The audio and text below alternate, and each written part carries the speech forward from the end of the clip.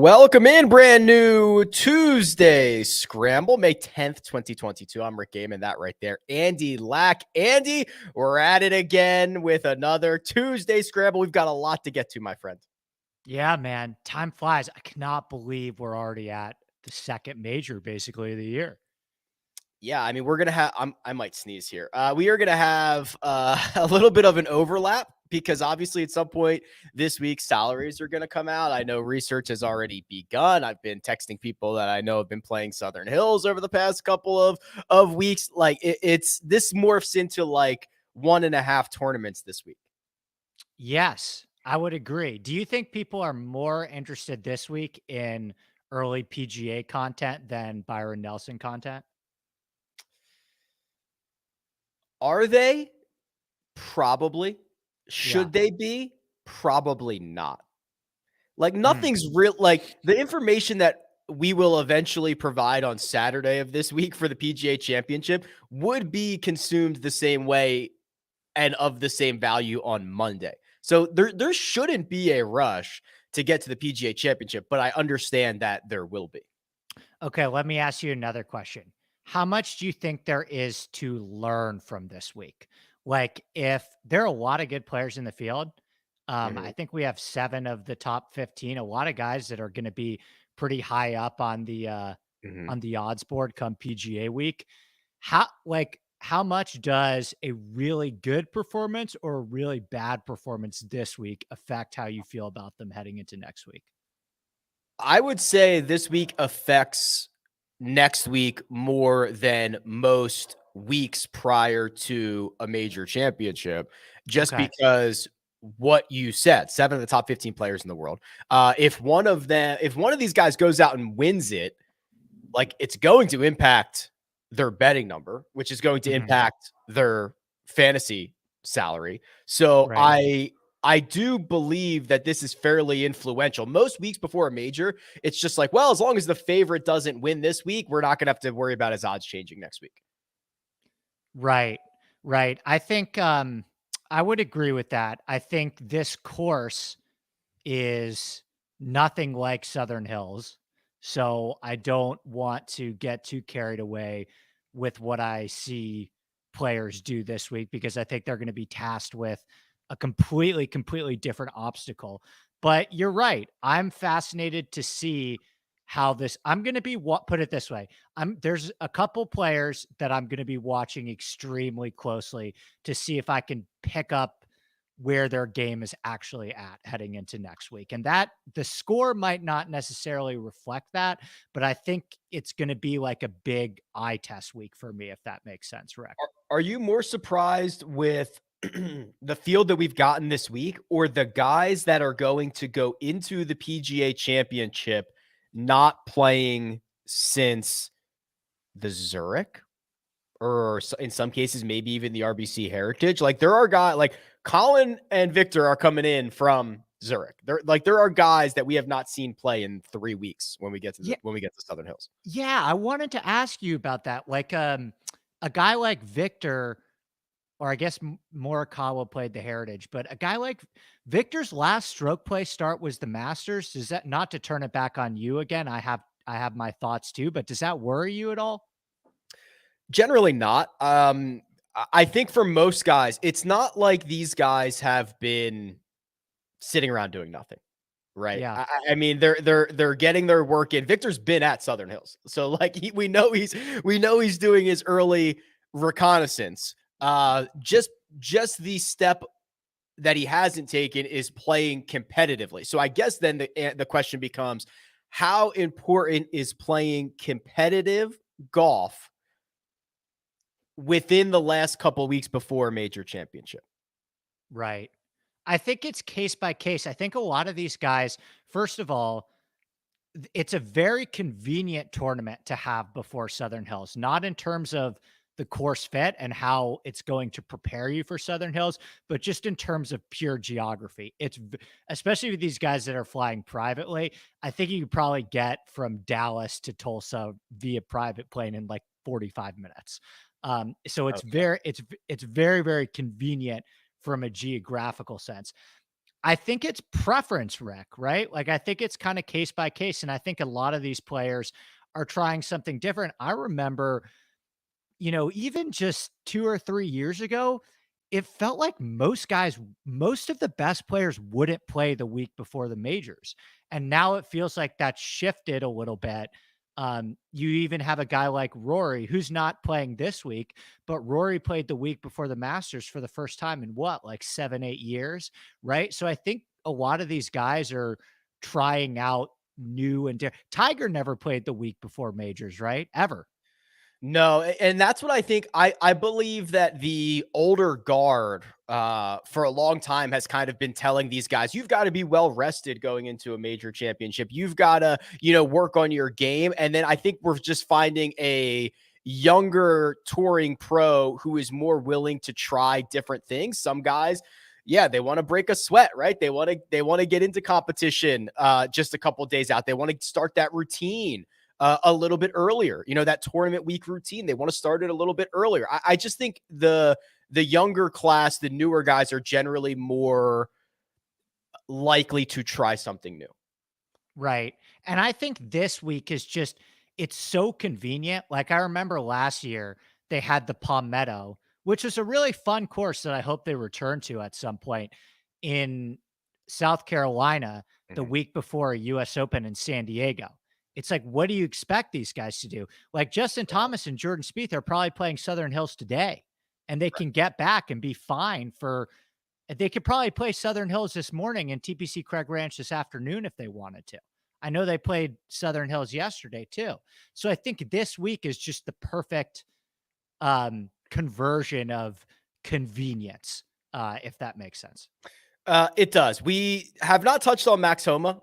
We can do this rather quickly here, Andy, but Homa's now got 4 victories. He was stout in the face of adversity, if that's what you want to call it, all week with kind of the conditions and the rain. And he had a situation where he was 3 behind Jason Day, and then he was 2 behind Keegan Bradley. And he's watching this leaderboard shift all around him, and he's just steady Eddie all the way to the finish line. And now Max Homa, I mean, once you get to 2 PGA Tour wins, you're kind of in a different class than a lot of guys. Once you get to 3, lot shorter list. Homa now at 4, really starting to separate himself from some of just like the random winners that we get on tour. I was thinking a lot about this, Rick. I think Homa's very difficult to evaluate. First of all, just speaking to his win, I thought it was an incredible performance in the sense that I don't even really think that he had it on Sunday from a ball striking perspective, but it just shows how important like getting up and down and making the putts are on Sunday in terms of winning a golf tournament. And it always just felt to me like Homa was in control, which is a weird thing to say when he hit a couple like shaky iron shots on Sunday, even a couple shaky drives. He was missing right on a couple holes on the back 9 there, but it always felt like he was kind of in charge of the ship. And if he needed to make an 8-footer for par, he was going to make an 8-footer for par. Whereas Keegan was actually hitting the ball better than Max, but I didn't have the same level of confidence in him. And like we talk, how many times do we talk about that winning is a skill, right? And I think Homa is just a guy who has it, right? Yeah, and I was on the first cut and we were doing like the Sunday night recap, and I was just like, what was Max Homa's highlight? Like every week on Sunday, the PGA Tour winner's got a moment where he stuffs one close or he goes on a run. And I didn't think Homa had a highlight, but he just made a bunch of pars, did what he had to do, hit the center of the green early and often. And that is all it took to win. And that too is impressive, to not be forced to pull off something crazy or go on a ridiculous run. Just be there, just be in the mix. The drive on 18 was pretty gangster. That was like the biggest drive, the longest drive of the day to step up there and smoke one like that. Yeah, there was one par putt that he made. I can't remember which hole it was on the back 9, but it had the potential to be a 2-shot swing because Keegan hit it close for birdie and Homa had to get up and down for par. And Keegan missed the birdie putt and Homa made the longer par putt. And that was when the tournament really shifted. I can't remember what hole it was, but yeah, you're right. He kind of just Homa's a tricky case, Rick, because you look at, I was already starting to do some Southern Hills stuff. He's been objectively like horrendous in majors. And it is a decent enough sample size where he's played in like 12 of them. And I think his best finish ever is like a 40th. So At the Open Championship, I think. exactly. Right. So what's interesting to me is you look at a guy like Homa, he's got as many wins as like Xander now, right? He's almost got as many wins as Fowler. Right. So Yeah, that's kind of wild. what's more, and they're not bad wins either. They're not great bad wins. wins. You Yeah. win at Riviera. I know this field wasn't great, but I thought that this was still an impressive win. So it's like, what's more impressive to you? A guy that maybe has had, like Tony Finau's a good example. Who's had a better career? Tony Finau's has like 8 major top 10s and a Puerto Rico Open and FedEx Cup playoff event. Homa's got 4 good wins, but 0 major top 25s. Yeah, They're the same age. It's a good comp. The answer should be Tony Finau because I think we overemphasize wins generally, but because we overemphasize wins, it's like it's Homa, but it shouldn't be. It should be Finau. I think Finau's had a little bit of a better career too, but I always overrate majors. I just think at the end of the day, I just think that that's how they measure each other, if that makes sense. So that's how we should measure them. Yeah. All right. Fair enough. How do we measure Cam Young? I measure him as the rookie of the year because that is, I believe, his 4th runner-up finish. I actually caught some heat last week being like, oh, Cam Young, he can translate to any golf course. I'm super excited about this kid. And there were comments like, I don't see it. I don't get what everybody loves about this guy. Do you see it yet? Like, I don't know what else. Like, obviously he doesn't have a victory, but I think he's pretty special. Well, yeah, that's kind of silly to me because he just finished runner-up at like the most short positional less than driver course on the schedule at the Heritage a couple of weeks before. Super impressive, Rick. As somebody who bet him outright, it was very, very, very frustrating to watch him putt on Thursday and Friday. I think he it was a very Tony Finau-esque performance. 2 weeks in a row, we see this guy hit the ball incredibly and not be able to make any putts. And then kind of over the weekend, the ball striking keeps up and finally they start making putts, but it's just not enough. If Cam Young is a field average putter this week or like gains +1 putting, he wins the tournament. So I'm with you. I know Ramey's got the win in the alternate field event, but when you finish runner-up here, runner-up at Riviera, and I think was he 2nd or 3rd at Heritage, like he's the leader in the clubhouse for me too. And he finished runner-up at Sanderson Farms, which is probably a better field than Ramey won at in Puerto Rico, or I don't even know, Bermuda. I don't even know where he won at. I think it was Corrales, Punta Cana. That's exactly what it was. It was Corrales, Punta Cana. Matt Fitzpatrick was my one and done. Russell Henley was yours. So I snapped up $650,000 on you, Andy. I'm still 1.4 million behind, but I've been trying to slice the data to make myself feel good. Okay. Yeah. So here's what I came up with. Remember that 7-week stretch where I got exactly $0? Mm-hmm. Since how then, could I forget? Since then, yeah, how could you forget? Since then, I've made 2.6 million. You've made 2.3. So I have at least chipped into it. I need more though. Yeah, you're like annoyingly hanging around. Like, what's that line? Like the most dangerous lead in baseball is 3. Yeah. Or something like that. Like that's what it feels, or the most dangerous lead in football is like 10. It's something like that, but that's what it feels like, where you're like, it's a healthy lead, but it's like not, you're just in reach. Like you're right there, but still I have a healthy lead. Yeah, you're right there, man. It's a long season. We got 3 majors coming up. Impressive performance by Fitzpatrick. Another guy who I think we both had outright that just couldn't get it done. But the joke is with Fitzpatrick, and I said this, I think at like Bay Hill too, it always feels like if there are 8 more holes in the golf tournament, Fitzpatrick wins because he's just going to make 8 more pars. Yeah, for sure. The I'm one hanging curve and a grand slam away from like being right back in this thing. That's like the dangerous three run lead. I'm one win away from being in the lead here. I think the most impressive thing. So we have made. Let me make sure I have this right. We've made 19 selections this year. Mm-hmm. You have never taken a zero. Yeah, I've never missed a cut. Are you aware of that? You've never taken a zero. Yeah, I've never missed a cut. I'm aware of that, but I don't think I have a win, right? It does Do I not. have a No, win? you're the most you've made in a single week is 489,000. You got that from Burns and Horschel at the Zurich Classic. I've got a ton of top 10s and a ton of top 25s. Yeah. But no, it's been ball control. It's been a ball control year for me. But yeah, man, a win from either of us breaks this thing open, completely breaks this thing open. Yeah.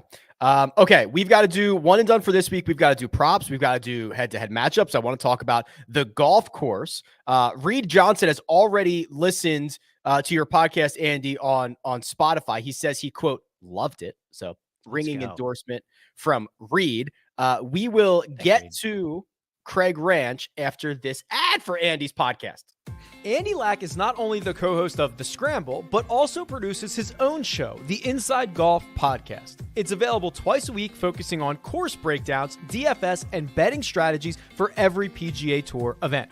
Admittedly, I was drawn to Andy for his data-driven approach, which you'll find on his Sunday shows as he breaks down the field. But I'm even more impressed by his passion for course architecture, which offers a different perspective of our great game. Mix those together with insightful and humorous guests who don't take themselves too seriously, and you've got a recipe for a great podcast. Follow Inside Golf Pod on Twitter and download Inside Golf wherever you download podcasts. All right, Mr. Andy, we've actually covered a couple of the storylines for this week. We talked about the field already, so let's just talk about the golf course. TPC Craig Ranch, I'll say the same thing I said last week.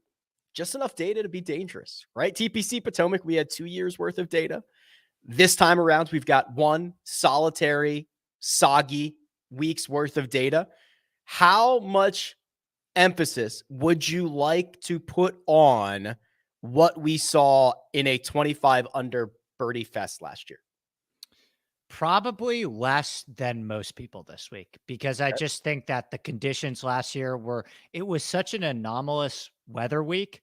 I mean, if you remember, we had guys like squeegeeing the course during the final round, and there was a torrential downpour on Monday or Tuesday.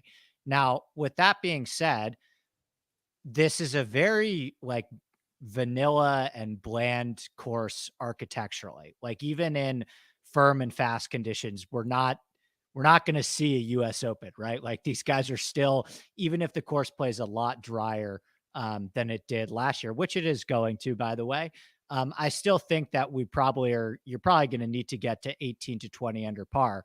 But my guess is that this is more like a Mexico Open than a 25 under 5 under par cut. I just think with a little bit firmer and faster conditions, and there's going to be some wind, I think we're probably in the 20 under ballpark as opposed to the 25 under, if that makes sense.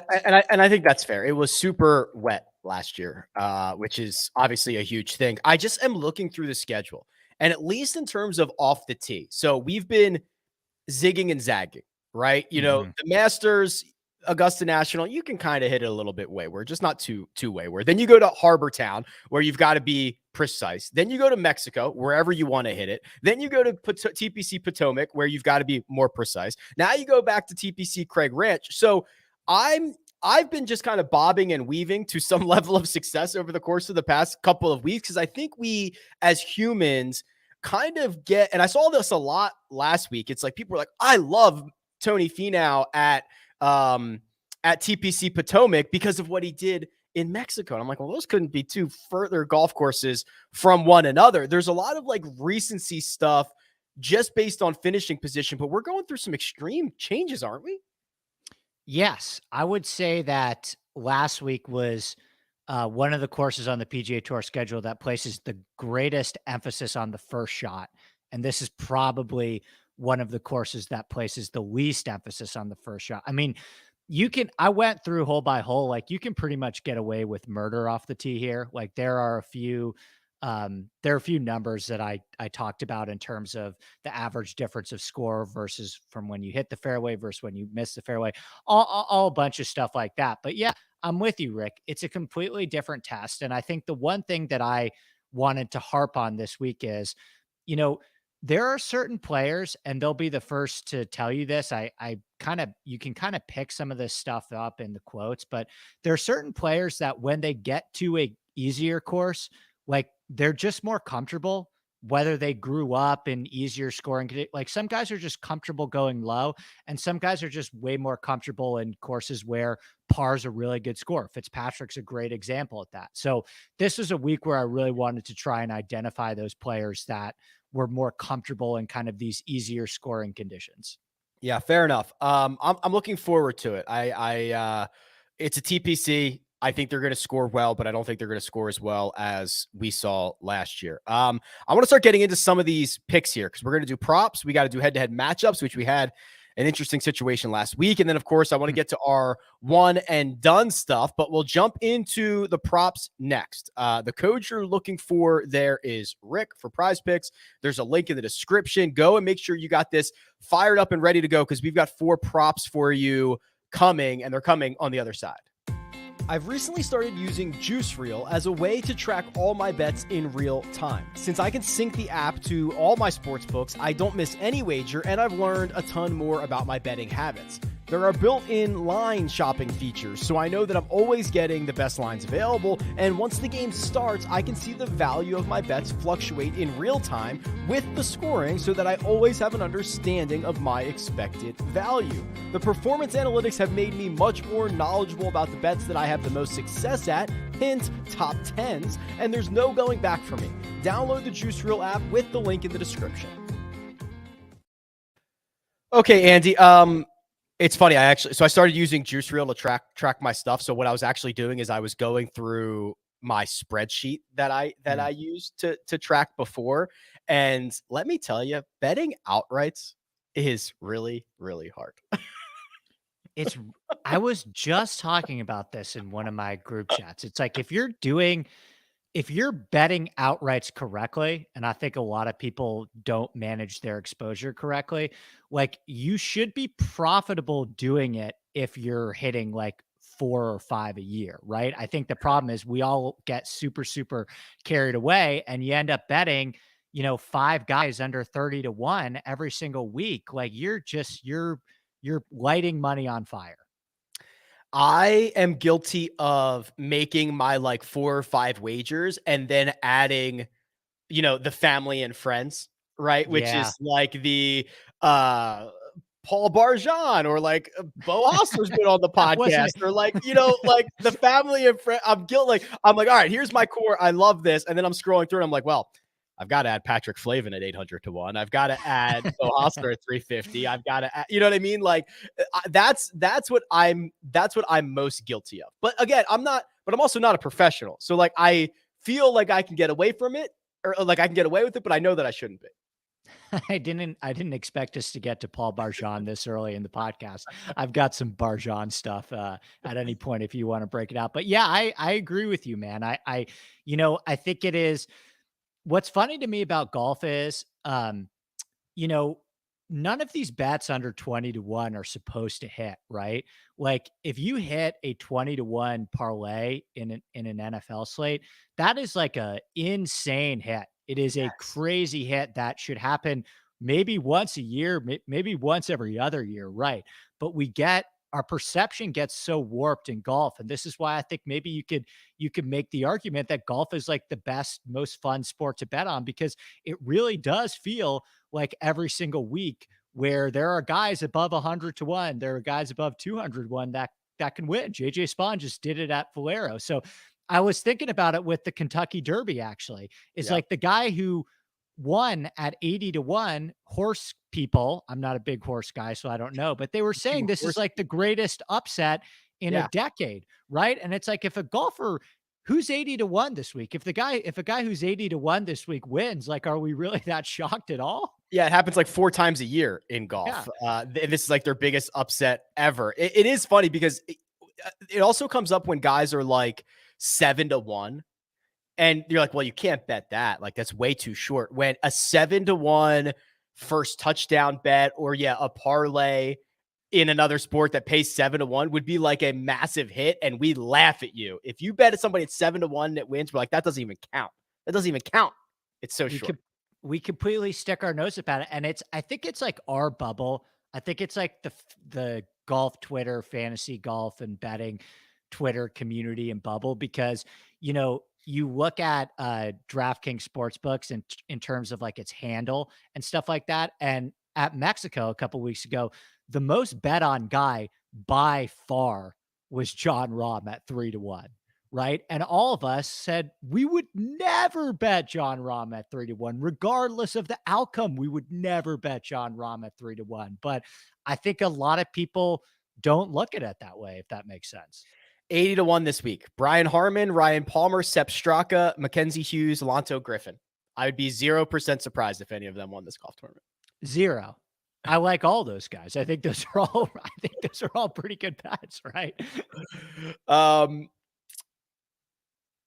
Let's prop it like it's hot. Let's do the props here, presented by our friends over at PrizePicks. I use the term friend lightly because we are trying to take as much money from them as possible, but they're good guys. They are actual friends. But listen, we got to open up the bank account a little bit. We got to add some more money to our wallets. We've got 4 selections here, 4 props, Andy.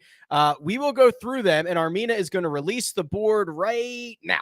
Do it, Armina. Yeah, there it is. Okay, so there are the props. Andy, your first one involves a Texas kid, Will Zalatoris. What is it?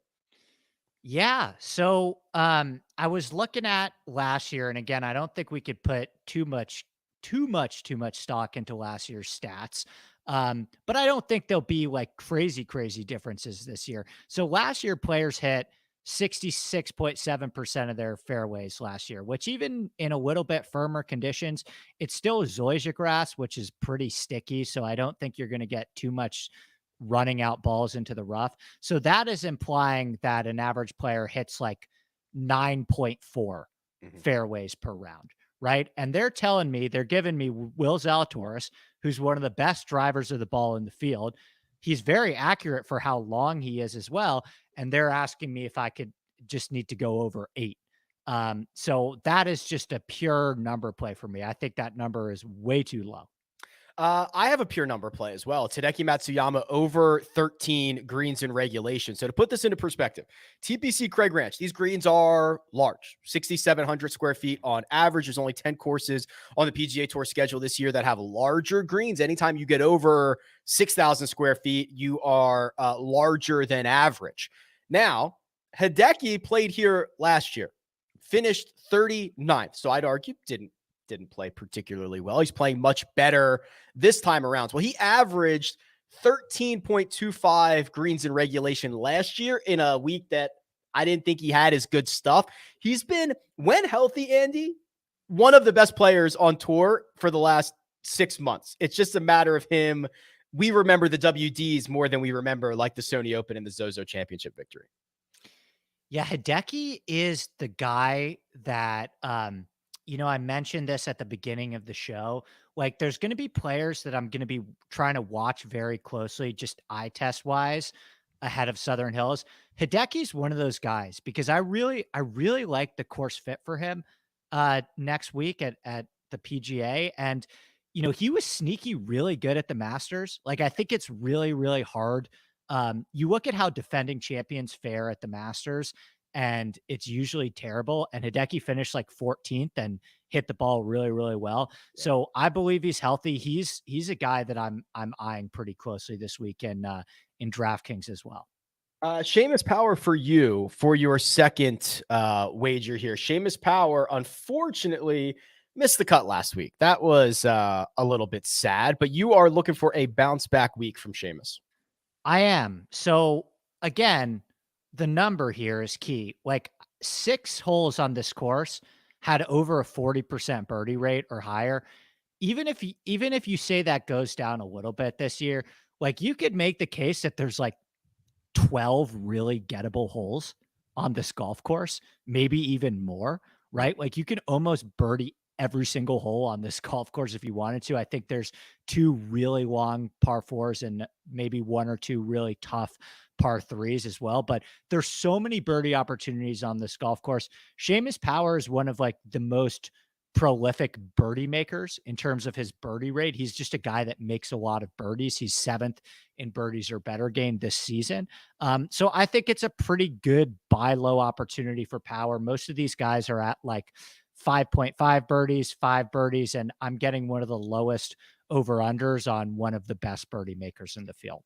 Yeah, I've got a buy low opportunity as well. Mine's Marc Leishman under 69 and a half strokes. Again, I'm zigging and zagging here. Leishman missed the cut last week, and I was not excited about Marc Leishman on a course that asks you to be accurate off the tee. Now we kind of remove that aspect for this week. And even he missed the cut, Andy. He made a triple on, I don't know what hole it was, but he was in that back bunker and he shanked it into the water, which is amazing. He was piling up birdie. So I actually don't even mind the birdie prop either on Marc Leishman, but I settled on 69 and a half, taking the under, which is 3 under around this place that you just described as you might be able to birdie every single hole.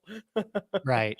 Yeah, I'm with you. I bet Marc Leishman this week. I think it's a great bounce back spot for him. And like I said, you can get away with a lot here off the tee.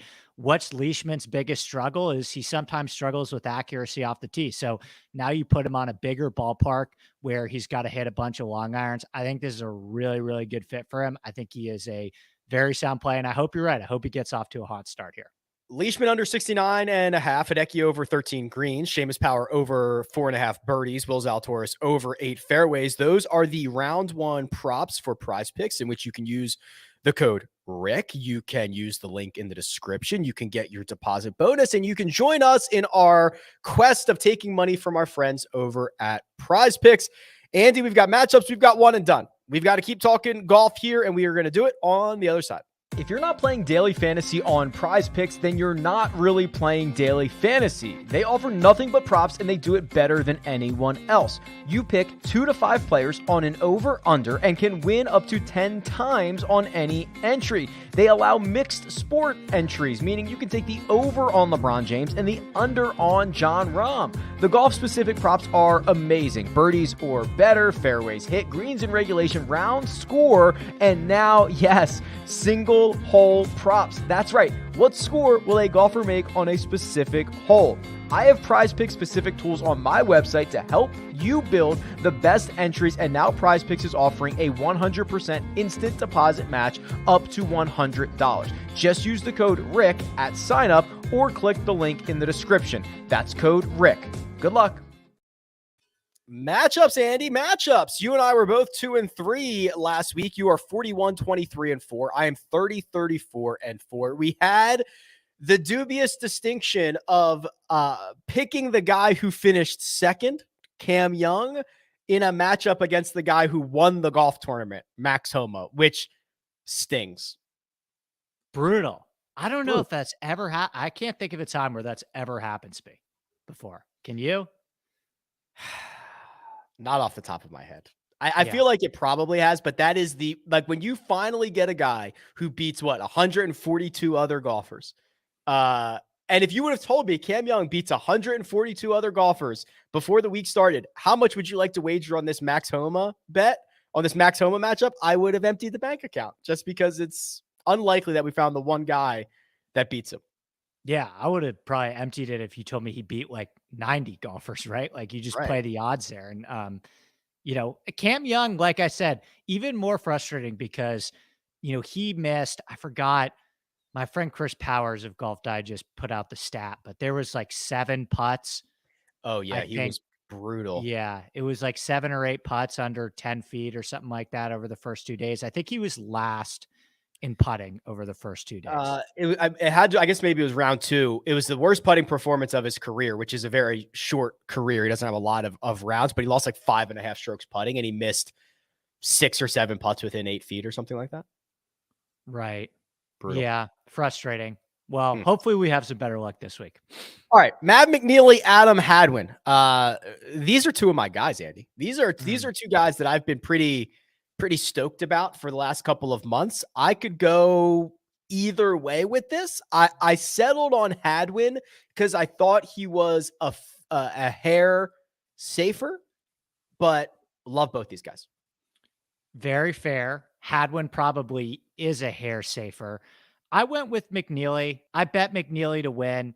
I like the upside here. He was a guy that I think a lot of people pencil in on like shorter positional golf courses like Heritage and Pebble Beach. And to me, like I actually look at his skill set on paper, and I actually think that over like his career, he's going to have a lot of success on longer golf courses where he gets to hit a bunch of drivers and long irons. So I'm kind of, buying in something I'm seeing in the numbers with McNealy. And I'm kind of seeing it this week with him. So I like McNealy here, but Hadwin's been playing unbelievable. So I think you can make a good argument for both sides. Yeah, I love both of these guys. This one's interesting. It's not often that you see Koepka, that guy, in a matchup against Marc Leishman. And then you and I, Andy, both took the Leishman side of it. Which may not be smart because you look at like Brooks is like 9,200 in DraftKings and Leishman is like 76, which I think Leishman's way underpriced this week, but still, even the betting markets, Brooks is, I'm just like, can he just like show me something? You know what I mean? It's just like, we do this thing every week where it's like, we make the joke, like how many times are we going to hear about the 40-1 win in Phoenix, right? Is it going to be 20, 30 before we stop talking about it? It's like, I get it's Brooks. I understand that he is Brooks Koepka. That is his name. He's won 4 majors. But like, can he just show me something? Just show me anything a little bit, Rick. I think Leishman's a better play.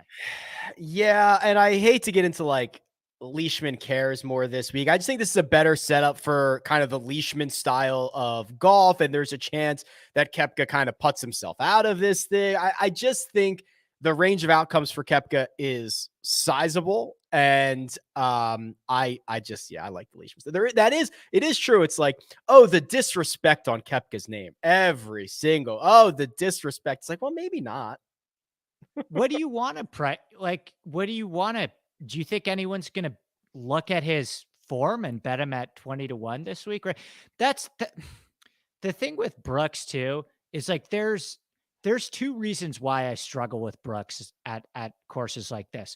Reason number 1 is that he said before, he said this after the Travelers, that easier golf courses, like they struggle to hold his attention because you don't have to think as much. Right. And I think he's going to like the most vanilla, bland golf course on the PGA Tour schedule. So I don't know how that's going to be very stimulating for you this week, Brooks. Secondly, I have this weird like memory that I can't get out of my head last year. I know he's played well the week before the majors in his career, but I remember last year at the Palmetto, which was the week before the US Open, because I played him, and it was another one of these weeks where it's like, oh, Brooks is getting disrespected. And I just remember watching him on the back 9 brick putts when he was near the cut line and just being like, I am such an idiot. He has the plane to San Diego ready to go. What am I thinking? I remember him on Friday around the 8th hole sitting on the tee marker and just being like, it was the ultimate, like, I cannot wait to get out of here. Like, I'm waiting for these dorks in front of me to finish this par 3. I want nothing to do with it. It is hot and humid. I am sitting on this tee marker. I'm playing 10 more holes and I'm getting the hell out of town.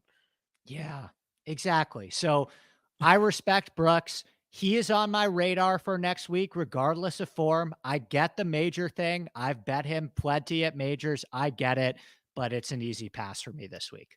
Johnny Vegas and Alex Noren are next. Again, 2 guys I'm not as excited about as Hadwin and McNealy, but I could see Vegas got like whatever procedure done on his arm and then came back 2 weeks later, which is, first of all, a marvel of modern medicine, and then had the best approach week of his entire career. Maybe they fixed something. I'm going with Johnny Vegas. So weird. I don't know if I've ever seen this before. He was +8 on approach and -4 off the tee. Have you ever seen a 12-stroke discrepancy in ball striking? No, and he's very good off the tee. Like his 100 round baseline, he gains like a half a stroke per round, which is a big number. And yeah, he was like, I'll just, fire darts here with my new arm. Yeah, he would. This is a tough one. I think you can make a good case for either of them. I went with Noren. To be honest with you, you usually put your picks in first. Yeah. And if it's a close call, I'm just going to go with the other guy. Smart. But I like both. I like both of them a lot. We have settled on the same golfer in the next matchup, which I thought I could be on the other side of, because I put mine in first and I said, well, I think I know what side Andy might take here. It's Xander Schauffele versus Sam Burns. I opted for Sam Burns. I just love the upside. I've talked countless times. I think he's kind of like the modern winner on the PGA Tour. It's really, really good stuff. I thought you might opt for the X-Man, but I could not sell that to you.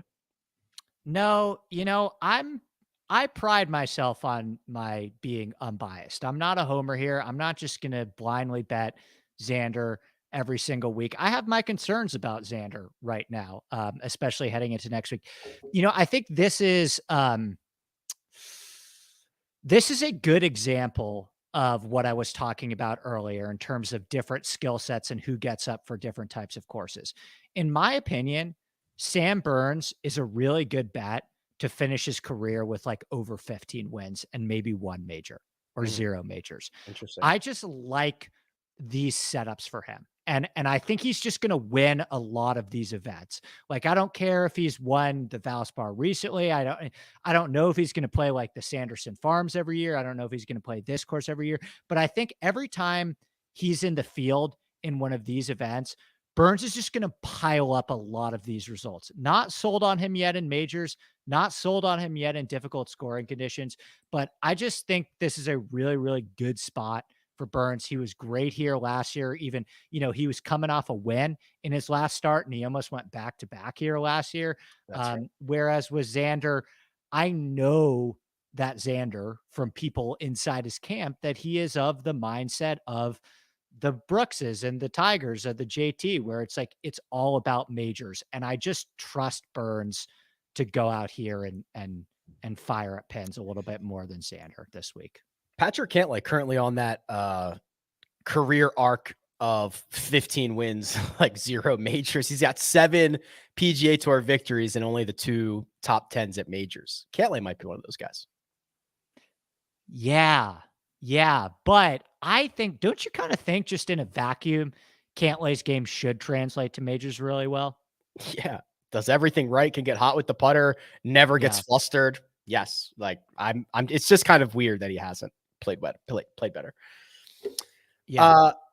The big boys. We saved the big boys for last. Scottie Scheffler versus Justin Thomas. You and I, again, both on the same side here, and it's not on the side of the number 1 player in the world, which means we're taking JT. Why are we doing it? I bet this in real life this morning. JT was plus odds. I think he was like plus 110, plus 105. I'm just really high on JT this week. He fits the perfect intersection of quantifiable and unquantifiable, in my opinion, where statistically based, he looks great in all the metrics that I'm looking at. I actually low-key like his game a little bit more for easier courses than I do for harder courses. He's won a ton on these wide open birdie fests, so a lot of them overseas. I like him where if you have a big right miss on a golf course, there's not a giant penalty, and that is the case here. And I just think he's crawling out of his skin right now, Rick. I mean, I think 14 months without a win for JT, like, that's embarrassing. It's embarrassing. There's an argument to be made that of the guys at the top here, nobody, quote, needs a win more than Justin Thomas does. Couldn't you argue not even Xander anymore? I mean, I don't count. He just put on a championship belt 3 weeks ago. He's probably feeling good. He's got a little injection into the bank account. He's probably feeling good. He's definitely not feeling the way JT's feeling right now. And if you listen to any interview that JT gives, he cares about all this stuff. He is so goal oriented and he writes everything down. And he's one of those guys that looks at his stats. Get on the board, JT. Watch the ball go through the hoop. So I'm taking JT this week. Love it. One and done, Andy. As we talked about before, you are currently $1.35 million ahead. I think we've got, well, let me just confirm this. I think we've got 1.6 at the top this week. Does that sound about right? Yeah, you're right there, man. You Yeah, are right there. 1.6. Wait till you hear who I'm going with. I love your pick. I have actually bet on your pick to win. So even if he does win, so if you get a big number this week, I would rather he just win than finish like solo second, because solo second would get you a ton of one and done money and I'd have a losing ticket. So who is that man that I got a 65? No, I got a, yes. No, 45 to 1 on. How did I get, 40? Is that right? 45 to 1? Who is it? I'm going with Talor Gooch here. I'll be totally honest. I initially plugged in Sam Burns, and then I realized that I had used him in the team event. I forgot about that. Yeah, but I like Gooch. I feel great about Gooch this week. I think that he is a really safe bet to finish highly this week too. A win would be fantastic. But I think that he is a very, very safe bet to finish highly. I think, he cares a lot about next week. It's the PGA Championship. He's an Oklahoma guy. He's an Oklahoma State guy. He's definitely got some experience playing Southern Hills. He'll be one of those buzzy Oklahoma guys that we talk about a lot next week. But I also just think, I know he's very comfortable in these types of conditions. He's had a ton of great success on bent grass.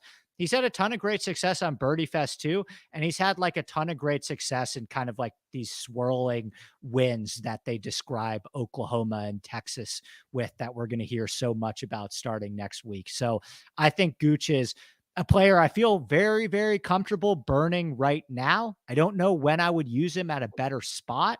And we're going to rock with Talor Gooch this week. Yeah, I love that. And Max Homa just won. Go get one. Go get one for the buddies there, Talor Gooch. That would be just fine. Well, I'm going to counter Talor Gooch with the favorite, the number one player in the world. I am either going to look awesome or horrible, considering the fact that I might have missed out on 4 Scottie Scheffler wins, and now I am going to play him here and try to get a 5th win, which would be just bonkers. But listen, he's the favorite. The advanced metrics are great. Even if you wanted to step into narrative street and you heard that he took apart Southern Hills on Monday, the game's in good shape. He's going to a spot that should be okay for him. I'll just play Scottie. Scheffler's such a funny, he's so interesting to me right now in terms of the perception around Scheffler, because I still feel like no one believes he can keep this up. If John Rahm won 4 of 6 and was this price in DraftKings, wouldn't he be 40% owned? Yes. I don't think Scheffler's he'd be plus 150. Right. I don't think Scheffler's going to be higher owned than Spieth or JT this week. It's just funny to me. I get it. It's a longer podcast to do sometimes. I don't know if it's eye test with him or how quickly it happened. But it's just, people still discredit him, and I'm guilty of it too. There's no way he could win, right? 5 and 7. He's been throwing out pitches at Texas Rangers games. There's no way, right? All right. We'll see. I hope so. I hope he does it. That'd be fun. All right, Andy. Well, we are going to be back on Friday, same time, same place. That's noon Eastern on the Rick Run Good YouTube channel. We'll do a live look into this week's AT&T Byron Nelson. We'll look at the live odds. We'll give out some more props, all that fun stuff. The code to get involved at PrizePicks is Rick. There's also a link in the description, but always a blast, Andy. That was fun. That was fun, man. Real quick. Yeah. Andy looks like Scottie Scheffler, just perusing through the chat right now. Do you see that? I've never gotten that one before. And I feel like that's a backhanded insult, because isn't the joke with Scottie Scheffler that he looks like 45? I would say I'm aging gracefully into my late 20s. So I'm very bad at I don't recognize people's faces. I don't know if they've been in other television shows that I watch. I don't see stuff like that. So I'm probably disqualified from this conversation, but actually Armina has said before that you look like a young Scottie Scheffler. What? You Yeah. know, the one that I get all the time is that I look like Pat Mayo, which I don't really see either. But I don't yeah, see any of that. You could tell me I, you look like yourself, and I'd be like, I don't know, I don't see it. yeah, yeah. All right. Well, here we go. Nick standing up for me in the chat. That's an That's an awful awful comparison. comparison. He says, yeah. I think Scheffler and I have some stuff in common, though, in terms of like, I think he's kind of an old soul. I think he's big into like, you listen to his interviews and he's like, I really just like hanging out with my wife and watching The Office and playing some golf. It's like, So I relate. Yeah, that's awesome. That's living right there. Andy is available on Twitter at ADPLackSports. You can find me at RickRunGood. Big thanks to producer Mina. She does all that hard work behind the scenes. We'll catch you next time.